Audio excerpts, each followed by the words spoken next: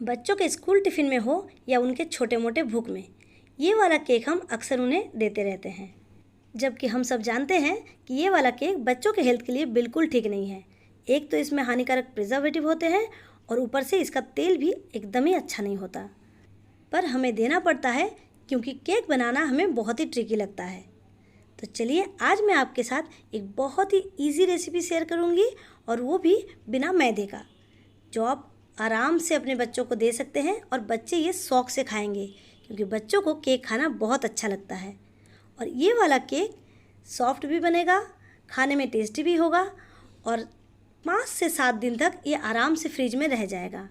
बाहर रखेंगे तो 2 दिन तो अच्छे से चलेगा। केक को लेके आप लोगों के मन में जो भी डाउट्स है वो आज एकदम क्लियर हो जाएगा।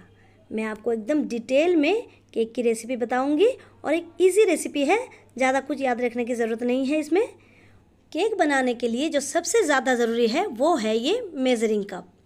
मेज़रिंग कप के बिना केक अच्छा नहीं बनेगा, मतलब हर बार अच्छा नहीं बनेगा। 1-2 बार तो तुक्का लग जाता है, पर हर बार अगर आपको परफेक्ट केक बनाना है तो ये मेज़रिंग कप बहुत ज़रूरी है। अगर आप साल में 3-4 बार भी केक बनाते हैं तो ये कप ज़रूर परचेज़ कर लें, बहुत ही रिजनेबल प्राइस में मिल जाता है। अगर ना हो तो इस टाइप का 250 ml का कोई कप ले ले और ऐसा ही एक छोटा चम्मच ले ले, इससे भी बन जाएगा, पर कोई गारंटी नहीं है कि हर बार एक जैसा बनेगा। चलिए ये केक हम बनाएंगे सूजी से। तो मैंने यहाँ 1 कप सूजी लिया है और आधा कप चीनी ले लिया है। दोनों चीज़ों को मैंने एक मिक्सिंग जार में डाल दिया है और इसका एक फाइन पाउडर बना लिया है।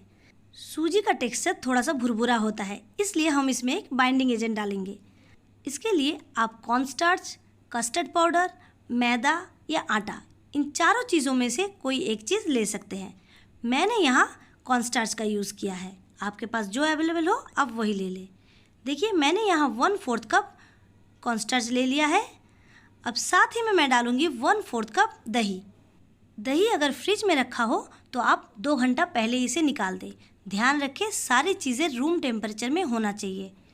इसके साथ मैं डालूँगी 1/4 कप घी। आप घी के बदले रिफाइंड ऑयल का भी यूज़ कर सकते हैं, पर ध्यान रखें अनफ्लेवर्ड ऑयल लेना है आपको, ताकि उसमें कोई स्मेल या फ्लेवर ना हो। या फिर आप इसमें 1/4 कप सॉफ्ट बटर भी यूज़ कर सकते हैं। चलिए अब हम इसमें डाल देंगे आधा कप दूध। आप दूध, दही, बटर जो भी इस्तेमाल कर रहे हैं वो पहले ही आप फ्रिज से निकाल के रख दें। नॉर्मल टेम्परेचर में आ जाए तो ही उसका यूज़ करना है। कोई भी चीज़ ज़्यादा गर्म या ठंडा ना हो। देखिए मैंने इसका एक स्मूथ पेस्ट बना लिया है। ये सूजी केक बहुत ही आसानी से बन जाता है, इसमें कोई मेहनत का काम नहीं है।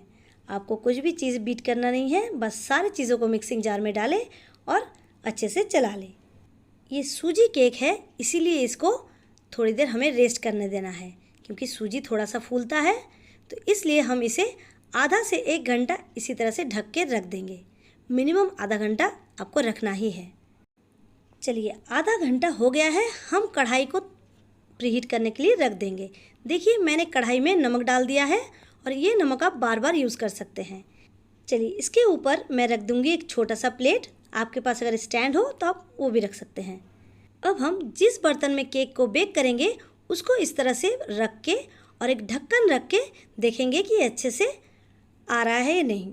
ध्यान रखें जो आप ढक्कन लगा रहे हैं वो केक टिन को टच नहीं करना चाहिए। अंदर में गैप होना बहुत ज़रूरी है, ताकि जो गर्म हवा बनेगा वो अच्छे से अंदर सर्कुलेट हो सके।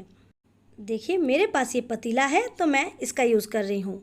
आपके पास अगर ऊंचा कोई ढक्कन हो तो आप वो ढक दें।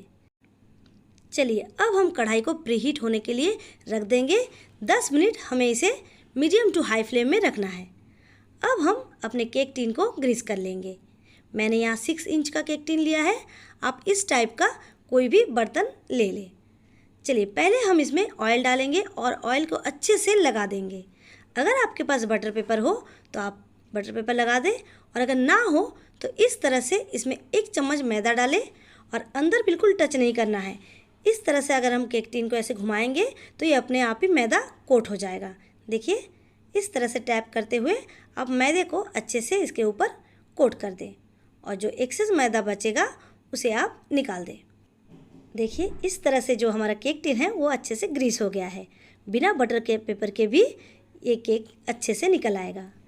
चलिए लगभग 40 मिनट हो गए हैं और देखिए जो सूजी है वो अच्छे से फूल गए हैं और बैटर हमारा पहले से थोड़ा सा गाढ़ा हो गया है। चलिए पहले इसे थोड़ा सा बीट कर लेते हैं। 2-3 मिनट के लिए आप अच्छे से इसे बीट कर लें ताकि बैटर जो है थोड़ा सा फ्लफ़ी बन जाए। चलिए अब बैटर थोड़ा सा गाढ़ा है इसलिए मैं इसमें 2 टेबलस्पून और दूध ऐड कर रही हूँ और बैटर को हमें रिबन लाइक कंसिस्टेंसी में लाना है। थोड़ा सा पतला ही होता है सूजी का बैटर क्योंकि सूजी और भी इसे पानी सोख करेगा, थोड़ा सा फूलेगा। चलिए मैंने बीच में वनीला एसेंस डाल दिया था आधा छोटी चम्मच, तो मैं वो सूट करना भूल गई। चलिए अब हम इसमें डालेंगे 1 टीस्पून बेकिंग पाउडर। आप इस तरह से बेकिंग पाउडर को ऊपर से पोंछ लें और लेबल करके 1 टीस्पून डालें और बेकिंग सोडा हम डालेंगे 1/4 टीस्पून। इसे भी इस तरह से आप लेबल कर लें। चलिए अब बेकिंग पाउडर और बेकिंग सोडा डालने के बाद हम बैटर को ज़ोर ज़ोर से नहीं हिलाएंगे, एकदम ही हल्के हाथों से कट एंड फोल्ड करके इस तरह से मिलाएंगे। बैटर को इस टाइम पे अगर आप ज़ोर ज़ोर से हिलाएंगे, चलाते रहेंगे तो आपका केक बिल्कुल भी फूलेगा नहीं और बैठ जाएगा। चलिए ये काम हमें बहुत ही फास्ट करना है, धीरे धीरे करना है पर एकदम टाइम वेस्ट नहीं करना है। चलिए हार्डली 30 सेकेंड आप इसे मिलाइए और इस तरह से केक टिन में डाल दें। बहुत ज़्यादा टाइम आप अगर इसे मिलाएंगे तो इसमें जो एयर बनने वाला है वो निकल जाएगा, फिर केक आपका अच्छे से फूलेगा नहीं। चलिए हमने बैटर को डाल दिया है। अब हम इसे हल्के हाथों से इस तरह से 4-5 बार टैप कर लेंगे। चलिए अब हम इसे फटाफट से प्री हीटेड कढ़ाई में प्लेस कर देंगे। कढ़ाई बहुत गर्म है तो सावधानी से रखें। चलिए अब हम इसे पतीले से ढक देंगे और पहला 5 से 7 मिनट हम गैस का फ्लेम हाई में रखेंगे और उसके बाद 40 मिनट हम गैस का फ्लेम लो में रख के इसे पकने देंगे। देखिए लगभग 45 मिनट हो गए हैं और मैं एक टूथपिक डाल के देख रही हूँ। देखिए टूथपिक एकदम ही क्लीन निकला है, मतलब केक रेडी है। तो चलिए केक को हम बाहर निकाल लेंगे। केक बनने के बाद आप केक को तुरंत बाहर निकालें। अगर आप इसी में केक को रहने देंगे तो केक हार्ड हो जाएगा। अगर आपको लगे कि टूथपिक आपका चिपचिपा लग रहा है तो आप इसे 5 से 7 मिनट लो फ्लेम में और पका लें तो ये अच्छे से पक जाएगा। लो फ्लेम का मतलब है बड़े वाले बर्नर में लो फ्लेम करें। अगर छोटे वाले बर्नर में रख रहे हैं तो मीडियम फ्लेम में बेक करना है। इन छोटी छोटी चीज़ों का आप ध्यान रखें तो आपका केक हर बार अच्छा बनेगा। चलिए साइड को इस तरह से नाइफ से हम स्क्रैप कर देंगे तो साइड छूट जाएगा और एक ऊपर में एक थाली रख के हम इस तरह से फ्लिप कर देंगे। देखिए हल्का सा टैप करते ही ये अच्छे से निकल आया है। मैंने जिस तरह से दिखाया है आप उस तरह से अगर केक टिन को ग्रीस करेंगे तो केक आसानी से निकल आएगा। देखिए हमारा जो केक है वो अच्छे से चारों ओर से फूला है, ऐसा नहीं कि बीच में फूल गया है साइड में नहीं। देखिए ये इवनली राइज हुआ है। चलिए केक को काट के भी देखते हैं कि अंदर से कैसा बना है। देखिए कितना सॉफ्ट बना है। सूजी का केक मैदे जैसा उतना सॉफ्ट तो नहीं बनेगा, एकदम स्पॉन्ज वाला तो नहीं बनेगा, पर खाने में ये बहुत ही सॉफ्ट है, आपको बहुत ही टेस्ट लगेगा खाने में। आप ये केक ट्राई करें, मेरी गारंटी है आपका केक भी हर बार अच्छा बनेगा। बस ध्यान रखें हर चीज़ रूम टेम्परेचर में होना चाहिए, परफेक्ट मेज़रमेंट में होना चाहिए, जिसके लिए आप मेज़रिंग जो कप है वो ज़रूर परचेज़ कर लें। हर चीज़ मेज़र करके डालेंगे तो केक कभी भी ख़राब नहीं बनेगा। देखिए मैं जब भी केक बनाती हूँ तो ऐसे पीसेस में काट लेती हूँ और इस तरह से एयर टाइट कंटेनर में रख देती हूँ। एक कंटेनर बाहर रखती हूँ जो 2 दिन में खा के ख़त्म हो जाए और दूसरा कंटेनर मैं नॉर्मल फ्रिज में रखती हूँ और मेरे बेटे को टिफ़िन में रोज़ 1 या 2 पीस दे देती हूँ तो वो अच्छे से खा भी लेता है और ये केक आपका फ्रिज में 7 दिन तक आराम से रह जाएगा।